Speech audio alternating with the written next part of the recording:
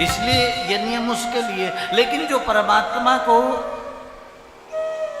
पर निर्भर है, जो केवल हर इच्छा भावी बलवाना इस सिद्धांत को मानता है, उसके लिए राम ही केवल प्रेम प्यारा। आत्मदेव जो है वो ज्ञानी है, आत्मदेव ज्ञानी है,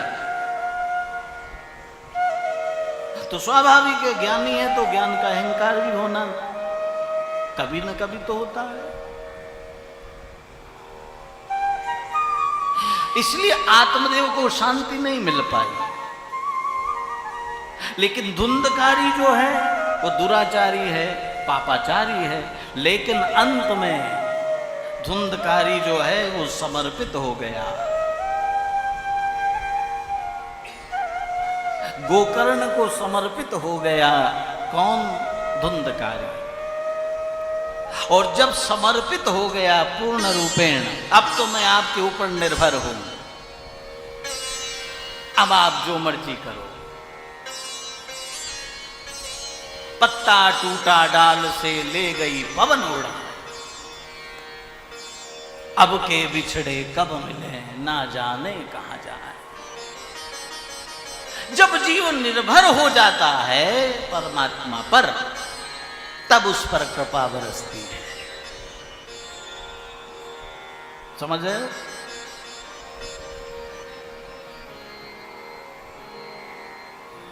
जैसे प्रायः हम लोग मंदिर में आते हैं और सबका अपना अपना ढंग है। बहुत से लोग बहुत जोर जोर से चिल्लाते हैं, अपना अपना भाव है।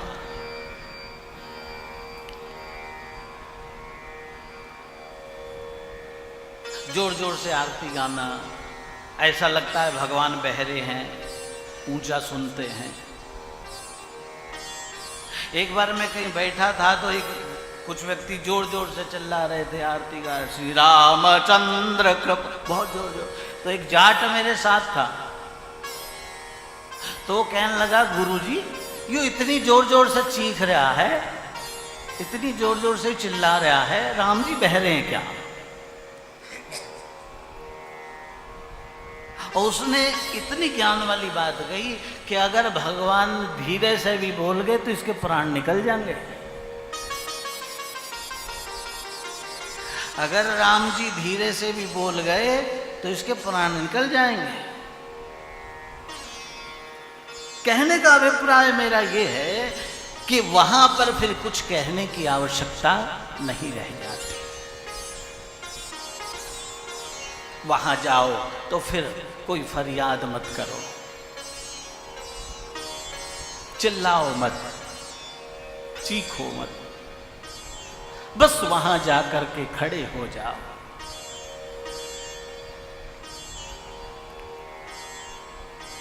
एक महात्मा थे, वो अपने शिष्यों के साथ रोज सुबह आश्रम में रहते थे वो, और जिस समय आरती हुआ करती थी तो रोज सुबह वो आरती के समय दर्शन करने आते थे भगवान के श्री विग्रह। सारे दिन अपने कमरे में रहते थे, बाहर नहीं निकलते थे, लेकिन प्रातःकाल वो दर्शन करने आते थे। तो जब वो दर्शन करने आते थे तो सब शिष्य लोग इकट्ठे होते थे। लेकिन शिष्य लोग देखते थे कि गुरुजी आते हैं, ना तो स्तुति करते, ना कोई प्रार्थना करते। अच्छा, मन में भी करे तो आदमी के भाव से पता लगता है कि मन में कर रहा है, उसकी आंखों से, उसके होठों से, लेकिन ऐसा भी कुछ नहीं। तो गुरुजी आते क्यों हैं? कहते हैं गुरु महाराज जान गए, अंतर्यामी जानते ओ अंदर के उद्गार। सतगुरु समझ गए आज शिष्यों के मन में शंका है। सायंकाल बैठे, शाम को गुरुजी के पास सब शिष्य लोग बैठते थे, और बैठते थे तो कुछ ना कुछ मिलता था, प्राप्त होता था।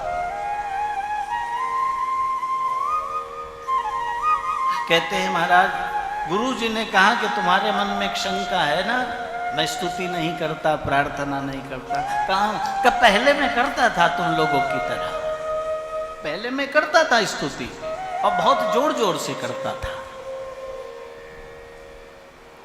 लेकिन जीवन में मेरे एक ऐसा घटित हुआ, उस दिन से मैंने स्तुति करना बंद कर दिया।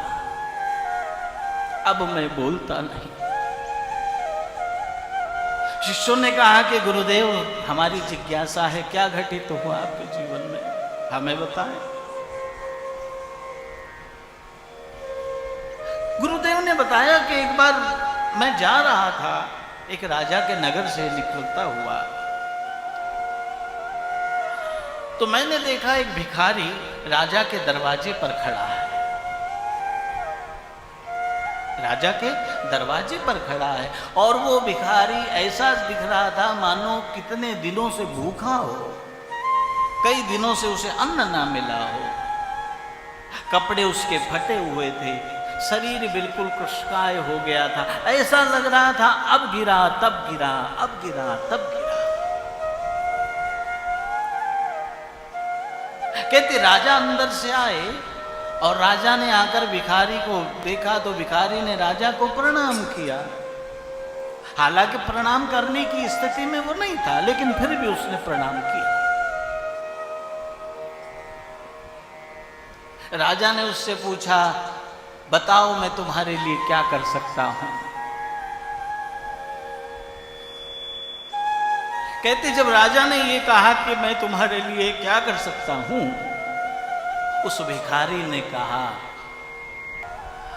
अगर मेरी अवस्था को देखने के बाद भी आपको बताने की आवश्यकता है तो फिर आपके पास आना मेरा व्यर्थ है, अब नहीं आऊंगा। और तुम राजा नहीं हो सकते, तुम राजा नहीं हो सकते।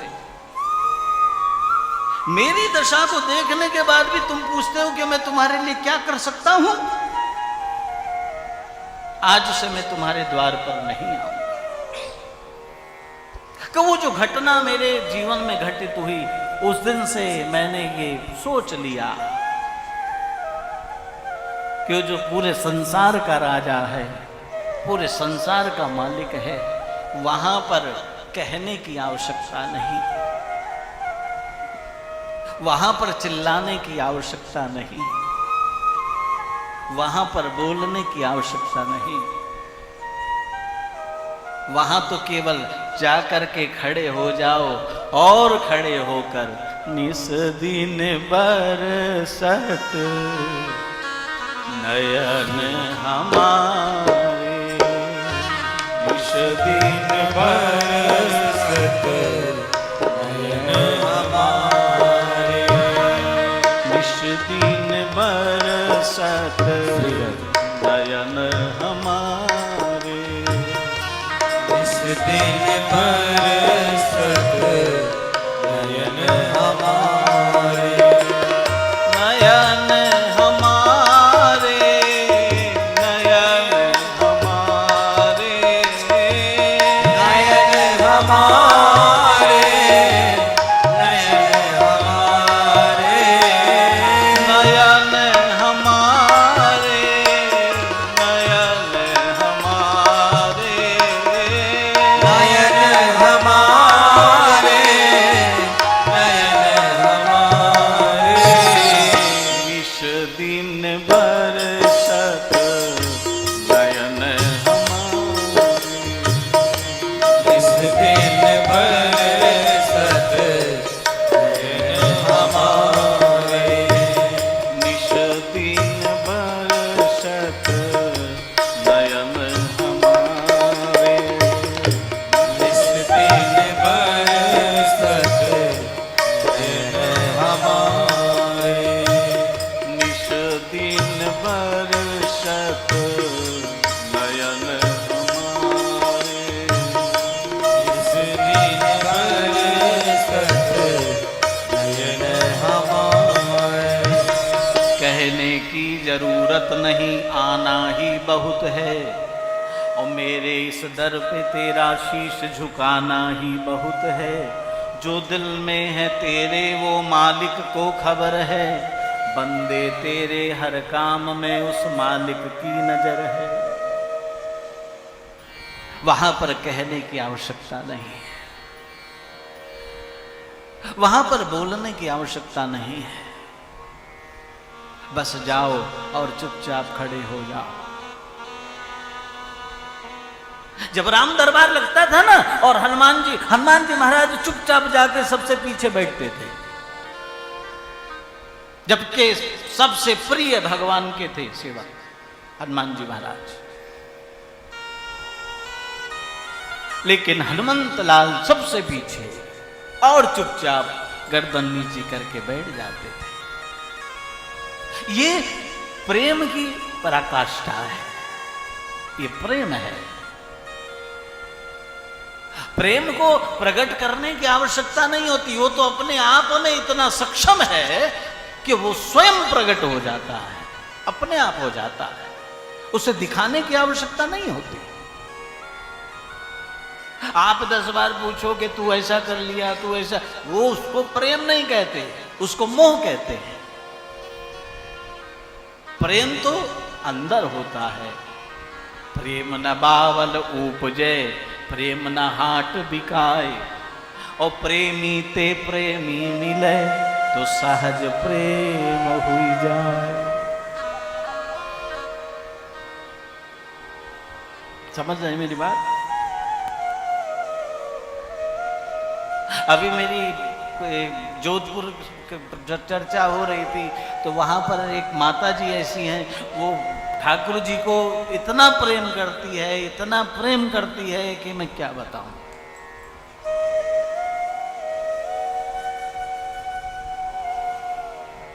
यहां तक के ठाकुर जी को रात को अपने बेड पर अपने साथ लेकर के सोती है, लड्डू गोपाल जी को। अब बताओ, अपने साथ बेड में अपने साथ लेकर के सोती है, अपना बेटा मानती है।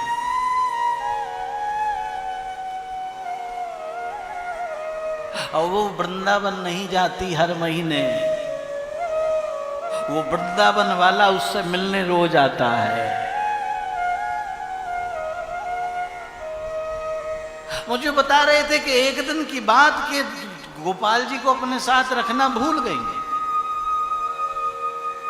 कोई कारणवश कोई बात हुई, तो सुबह जब उठी तो देखा कि गोपाल जी के मंदिर से और उनका जो कमरा है वहां तक पैरों के निशान बने हुए थे,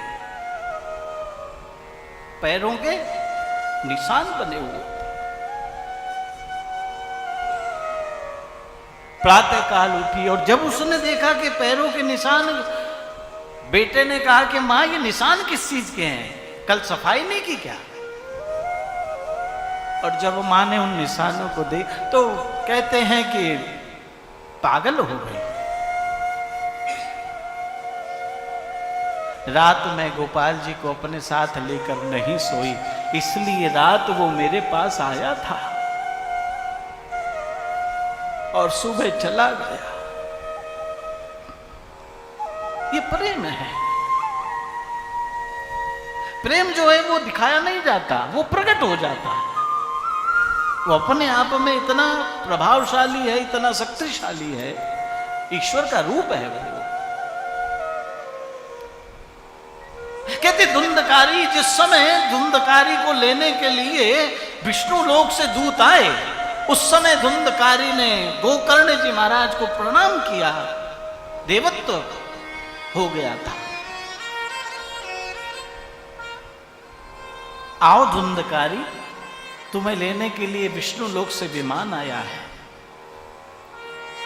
धुंधकारी ने कहा कि मेरे तब प्रताप तो ये नहीं था, मैंने तो ऐसा कोई कार्य नहीं किया, ये सब मेरे बड़े भ्राता, मेरे बड़े भाई का प्रताप है।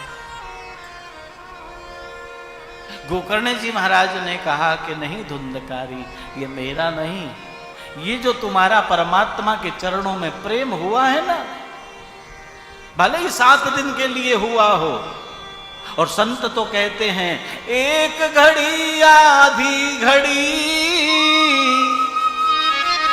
ओ आधी की पुनियाद।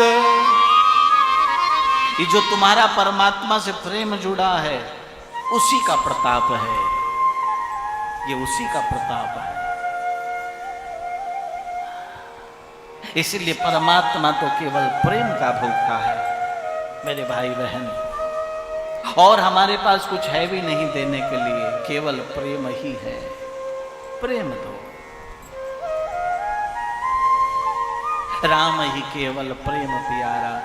कहते धुंधकारी का चरित्र हुआ, उसके बाद व्यास जी महाराज के आश्रम में नारद जी का आगमन हुआ है।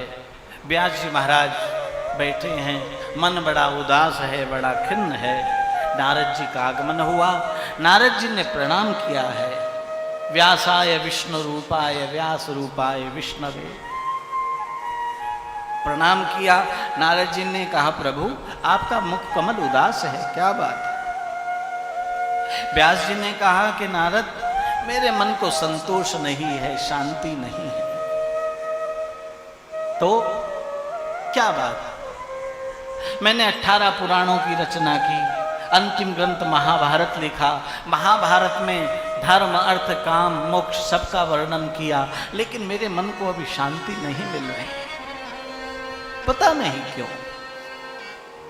नारद जी ने कहा प्रभु आपने महाभारत में सबका वर्णन किया है, लेकिन भगवान श्री कृष्ण का बाल स्वरूप का प्रधान रूप से वर्णन नहीं किया, इसलिए आपके मन को शांति नहीं मिल रही। क्या किया जाए? नारद जी ने कहा आप श्रीमद् भागवत की रचना करें। कहते हैं नारद जी महाराज ने अपने पूर्व जन्म की कथा सुनाई है। व्यास जी ये तो परमात्मा की कृपा है। अपने पिछले जन्म का चरित्र सुनाया। पिछले जन्म में मैं दासी का पुत्र था। मेरी माँ घरों में चौका बर्तन किया करती थी और किसी तरह हमारा पालन होता था। एक समय की बात, चातुर्मास का समय, और हमारे गांव में संतों का आगमन हुआ चातुर्मास बिताने के लिए। मेरी माँ को सेवा में लगा दिया गया। मैं छोटा था, मेरी माँ मुझे भी अपने साथ लेकर के जाती थी। मैं सारे दिन अपनी माँ के साथ, माँ मेरी काम में लगी रहती और मैं महात्माओं को देखता। वो सुबह शाम रोज बैठ करके श्री कृष्ण गोविंद हरे मुरारी का कीर्तन किया करते थे। सुबह शाम भगवत चर्चा होती थी, सत्संग होता था।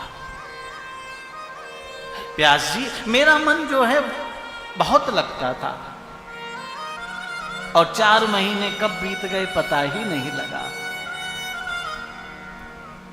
चातुर्मास के बाद जब संत लोग जाने लगे, मैंने महात्माओं के चरणों में प्रार्थना की कि मुझे आप अपने साथ लेकर के चलो। महात्माओं ने कहा नारद तुमको हम अपने साथ नहीं ले जा सकते। क्यों? क्योंकि तुम्हारी मां अभी जीवित है।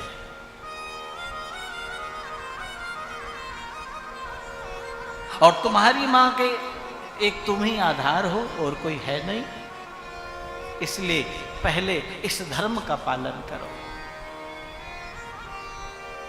व्यास जी जब संत लोग जाने लगे तो मेरे आंखों से आंसुओं की धारा बहने लगी।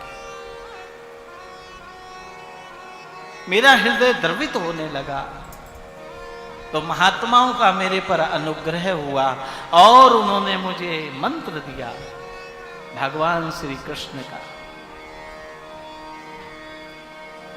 मंत्र दिया और कहा कि नारद इस मंत्र का जाप करना, जाओ हमारा आशीर्वाद है, तुम्हें परमात्मा का साक्षात्कार होगा। प्रभु कितना जपना है? 13 करोड़ मंत्र का जाप करना। नारद जी ने कहा कि 13 करोड़ कितना होता है मेरे को तो मालूम नहीं, मैं तो पढ़ा लिखा नहीं हूं, मैं तो जानता नहीं।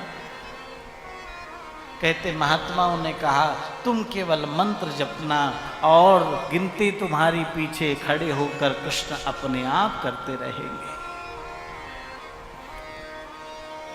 और नारद जी महाराज ने संतों के द्वारा जो मंत्र प्राप्त हुआ उसी मंत्र को जपते रहे, उठते बैठते खाते पीते चलते फिरते, कहते उस मंत्र में रम गए नारद जी महाराज। और एक दिन मन में आया कि ये माँ का बंधन है, माँ के कारण बंधन है। और भगवान ने नारद की पुकार को सुन लिया। माँ उपले पाथने गई थी और वहीं एक सर्प निकला, उसने माता को काटा और माता की वहीं पर मृत्यु हो गई। अब तो नारद जी महाराज परम स्वतंत्र हो गए, अब तो घर बार सब कुछ छोड़ दिया। अब तो रातों दिन श्रीमन नारायण नारायण नारायण श्रीमन नारायण नारायण नारायण श्रीमन नारायण नारायण